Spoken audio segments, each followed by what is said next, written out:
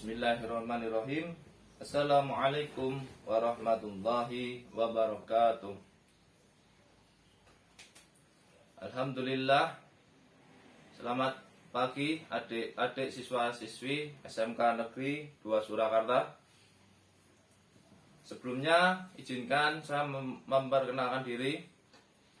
Nama saya Faisal Adira Wicaksana, mahasiswa Universitas Muhammadiyah Surakarta.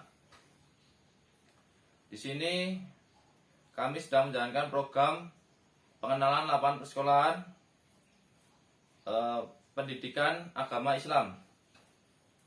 Baik, di sini saya akan mengajar materi mengenai menapaki kehidupan yang benar bersama Kitabullah, atau yang kita sering dengar yaitu iman kepada kitab-kitab Allah. Sebelum pembelajaran dimulai, saya akan menyampaikan tujuan pembelajaran pada pagi hari ini. Yang pertama ialah agar mengetahui pengertian iman kepada kitab-kitab Allah. Yang kedua, agar mengetahui perbedaan Al-Quran dengan kitab suci lainnya. Kemudian yang ketiga, untuk mengetahui perbedaan antara kitab dan suhuf. Sebelum pembelajaran kita mulai, marilah kita baca potongan dari Quran surat Al-Isra ayat 9. A'udzubillahi minasyaitonirrajim. Inna hadzal Qur'ana yahdi lillati hiya aqwamu wa yubassirul mu'minina alladina ya'maluna sholihati anna lahum ajran kabira.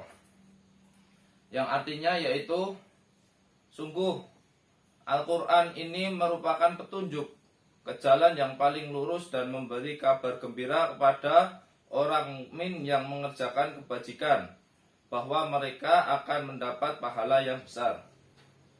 Kemudian potongan Quran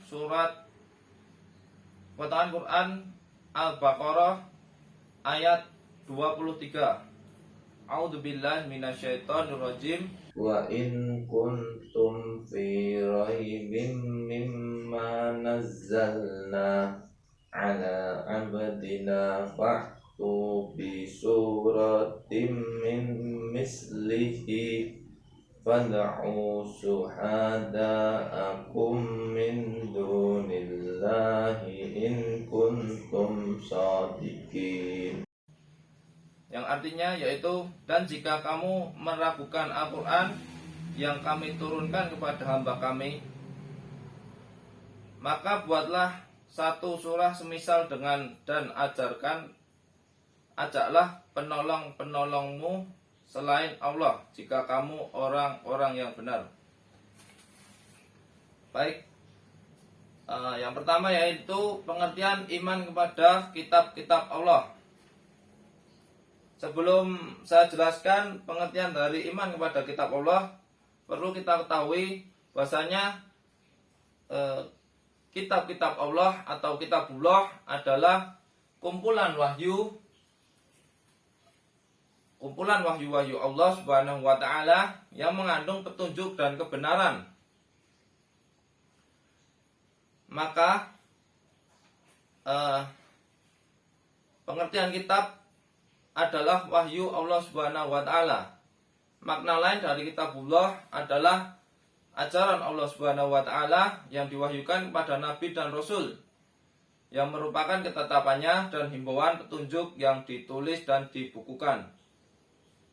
Kemudian pengertian dari iman kepada kitab Allah adalah meyakini dengan sepenuh hati bahwa Allah Subhanahu wa taala telah menurunkan kitab-kitabnya kepada para nabi dan rasul agar disampaikan kepada umatnya sebagai pedoman hidup untuk kebahagiaan dunia dan akhirat.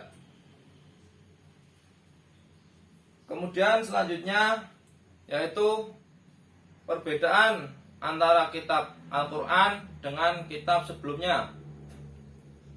Al-Quran menjadi satu-satunya kitab suci yang masih utuh. Kita ketahui bersama di sini bahwa Al-Quran masih utuh dan dijamin keasliannya. Hal ini karena setiap kali wahyu atau surat ataupun ayat yang turun langsung disampaikan Nabi kepada sahabatnya untuk ditulis dan dihafal. Nabi juga menyebutkan di mana ayat atau surat yang baru diwahyukan itu harus diletakkan. Kemudian pada setiap bulan Ramadan, seluruh bagian Al-Quran yang sudah diturunkan diperiksa dan ditetapkan ulang oleh Nabi Shallallahu Alaihi Wasallam bersama malaikat Jibril. Bagaimana dalam kandungan Quran surat Al-Hijr ayat 9.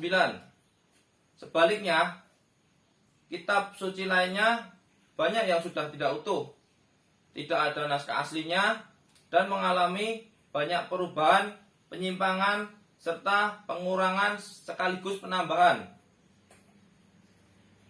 Yang kedua yaitu Al-Quran menjadi satu-satunya standar yang paling layak untuk dijadikan sebagai pedoman kebenaran bagi umat manusia, karena mengandung kebenaran yang mutlak yang bersumber dari Allah Subhanahu wa Ta'ala.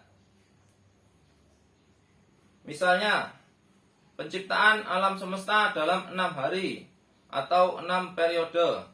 Matahari memancarkan sinar, sementara cahaya bulan adalah cahaya pantulan. Fir'aun mati tenggelam saat berusaha mengejar Nabi Musa alaihissalam.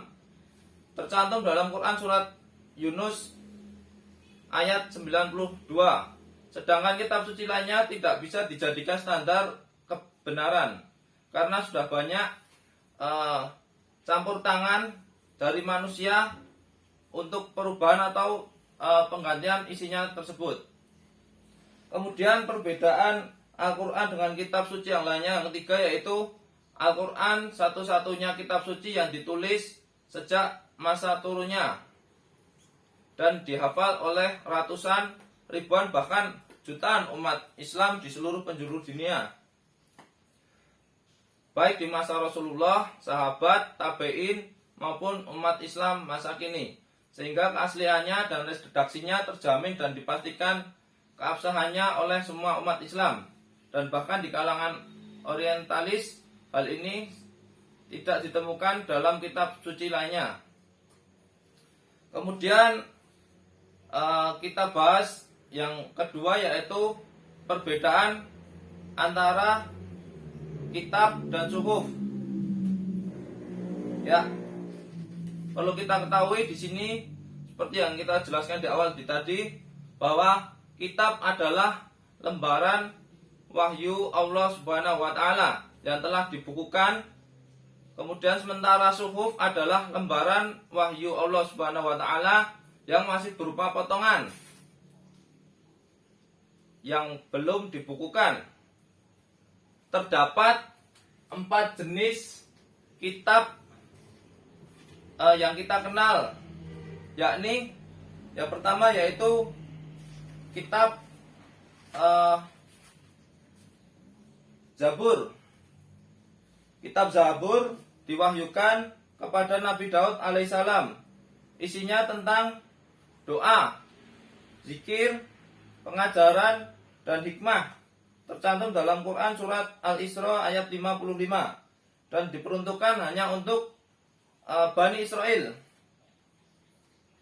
Kemudian yang kedua yaitu kitab Taurat yang diwahyukan kepada Nabi Musa alaihissalam. Isinya tentang petunjuk dan cahaya kebenaran, serta kisah perjalanan Bani Israel dan kekejaman Fir'aun. Tercantum dalam Quran surat Al-Maidah ayat 44 dan dikhususkan kepada Bani Israel. Kemudian kitab yang ketiga yaitu kitab Injil yang diwahyukan kepada Nabi Isa alaihissalam. Isinya yaitu tentang petunjuk dan penerangan. Tercantum dalam Quran surat Al-Maidah ayat 46 dan diperuntukkan juga hanya kepada Bani Israel. Kemudian kitab yang terakhir yang kita kenal sampai saat ini yaitu Al-Quran. Kitab Al-Quran yaitu kitab yang diwahyukan kepada Nabi junjungan kita, Nabi Muhammad Sallallahu Alaihi Wasallam. Isinya yaitu tentang ajaran-ajaran Allah Subhanahu Wa Taala untuk memberikan petunjuk, pedoman, dan bimbingan yang benar kepada manusia sepanjang masa, agar bahagia di dunia dan juga di akhirat. Tercantum dalam Quran surat Al-Fussilat ayat 41 sampai 42. Kemudian perbedaan antara kitab dan suhuf yaitu di samping keempat kitab tersebut tadi yang kita kenal, Allah Subhanahu wa taala juga menurunkan sohifah antara lain kepada Nabi Idris alaihissalam, Nabi Ibrahim alaihissalam, Nabi Musa alaihissalam, yang berisikan perumpamaan, ibarat dan sauri teladan. Mungkin ini sedikit yang dapat saya sampaikan. Semoga adik-adik sekalian dapat mempelajarinya dan bermanfaat. Mungkin sedikit ini yang dapat saya sampaikan. Assalamualaikum warahmatullahi wabarakatuh.